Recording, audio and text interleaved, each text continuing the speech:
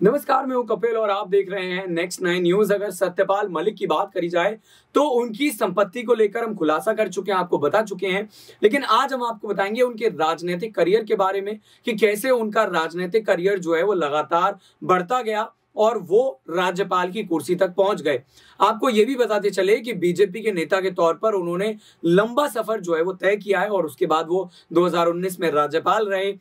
बीते कुछ दिनों से वो लगातार पीएम मोदी पर हमलावर नजर आ रहे हैं। एक इंटरव्यू उन्होंने एक चैनल को दिया और इस चैनल को इंटरव्यू करते वक्त उन्होंने कहा कि देखिए, आज जो मैं बोल रहा हूं कल ये अखबारों में नहीं छपेगा क्योंकि मेन स्ट्रीम मीडिया इसको कवर नहीं करेगी।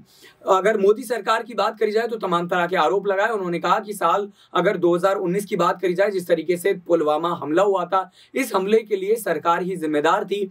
और उन्होंने ये भी कहा कि देखिए, एयरलिफ्ट करने की अगर बात करी जाए तो मोदी सरकार जो है वो इन जवानों को, सीआरपीएफ के जो थे उनको एयरलिफ्ट कर सकती थी, लेकिन सरकार ने ऐसा नहीं किया। उन्होंने कहा कि अगर मुझे मौका मिलता तो मैं जरूर करता। और इसके साथ साथ उन्होंने ये भी कहा कि देखिए, आरएसएस और अंबानी की एक फाइल को पास करने के लिए मुझे 300 करोड़ की रिश्वत दी गई थी, लेकिन मैंने इस रिश्वत को नजरअंदाज कर दिया, मैंने ये रिश्वत नहीं ली।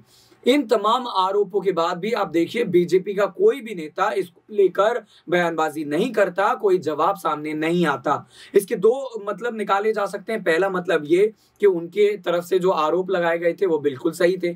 दूसरा जो मतलब है वो ये निकाला जा सकता है कि दरअसल सत्यपाल मलिक जो है वो ये दावे इसीलिए कर रहे हैं क्योंकि आज वो बीजेपी के नेता शायद कह भी सकते हैं या नहीं है, लेकिन ये जरूर कहा जा सकता है कि वो बीजेपी के ऐसे राज जो है वो जानते हैं। अगर वो इनका खुलासा करते हैं तो सरकार को बड़ा नुकसान हो सकता है। चुनाव आने वाले और हमने इससे पहले देखा था कि हिंडनबर्ग की रिपोर्ट 24 जनवरी को किस तरीके से सार्वजनिक की गई थी, जिसके बाद भूचाल मच गया था। राहुल गांधी ने संसद से इस मुद्दे को उठाया, हालांकि उनकी लोकसभा सदस्यता रद्द हो गई थी। उसके बाद से कांग्रेस सत्यपाल मलिक वाले मुद्दे को लेकर लगातार प्रेस कॉन्फ्रेंस कर रही है।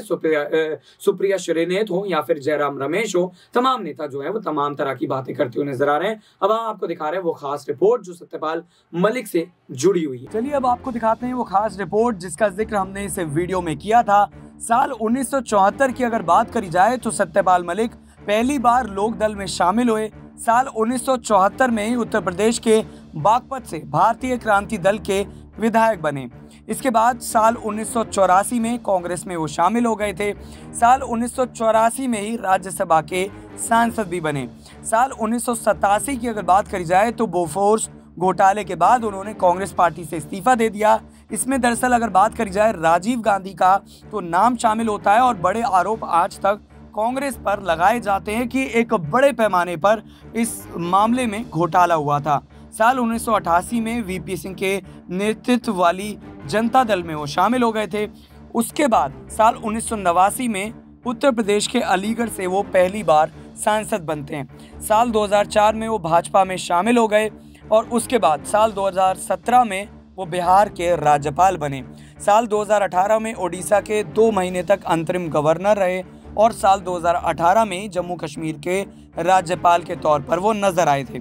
आपको बता दूं कि 25 दिसंबर 1946 को सत्यपाल मलिक का जन्म हुआ था और उनका ये जन्म हिंसावाड़ा संयुक्त प्रांत ब्रिटिश भारत में हुआ था।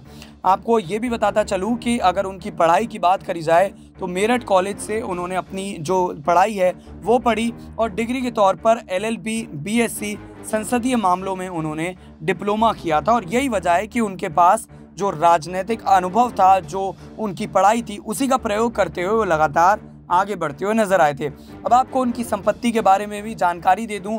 बैंक में अगर जमा राशि की बात करी जाए तो 19 लाख रुपए की ये धनराशि है।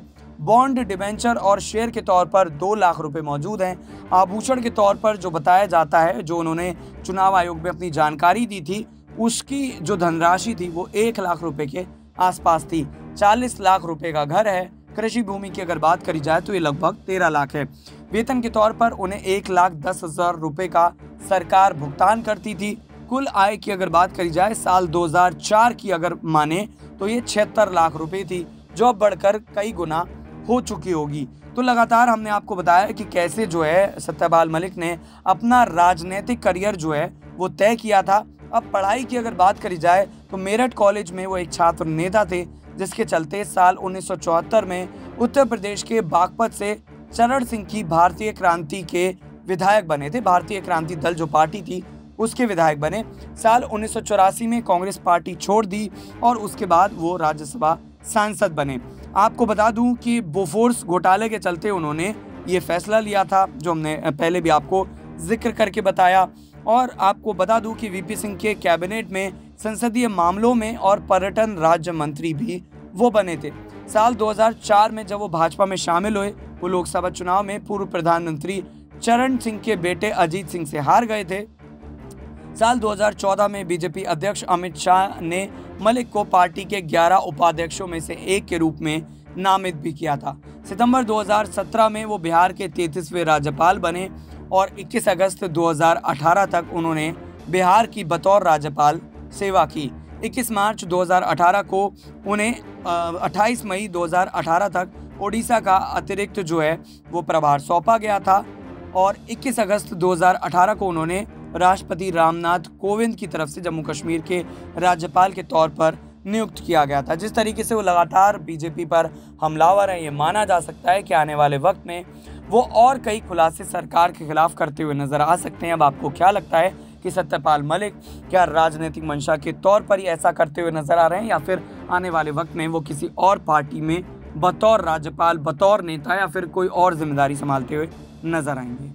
तो देखा आपने सत्यपाल मलिक का करियर कैसे जो है वो बदलता हुआ नजर आया, कैसे उन्होंने एक छोटे से शहर से सांसद का चुनाव लड़ा और उसके बाद वो पीछे जो है वो नहीं देखे, आगे ही लगातार बढ़ते रहे और राज्यपाल की कुर्सी तक जाते हुए नजर आए। अब बतौर राज्यपाल एक संवैधानिक पद पर जब वो बैठते हैं, उससे रिटायरमेंट ले लेते हैं, यानी कि हटा दिए जाते हैं, उसके बाद भी कहीं ना कहीं नैतिक रूप से उनकी जिम्मेदारी बनती है कि जो वो बोल रहे हैं उसका जो भी मतलब हो, यानी कि वो अगर इतने बड़े गंभीर आरोप लगा रहे हैं जवानों को लेकर और ये अगर सच है तो सरकार को इनकी जांच कराई जानी चाहिए थी। लेकिन अगर सरकार को पता है कि सत्यपाल मलिक झूठ बोल रहे हैं तो उन पर कार्रवाई की जाए, और अगर सत्यपाल मलिक सही हैं तो फिर क्या सरकार पर एक बड़ी कार्रवाई नहीं बनती? क्योंकि राफेल वाले मुद्दे को लेकर या फिर और मुद्दों को लेकर जो राजनीति हुई थी, दरअसल इसमें किसी की जिंदगी का सवाल नहीं था, क्योंकि पुलवामा की अगर बात करी जाए तो 14 फरवरी को यह इंसिडेंट हुआ था और इसमें देश के जवानों की शहादत हुई थी। हालांकि उनकी शहादत होने के बाद भी तमाम तरह के जो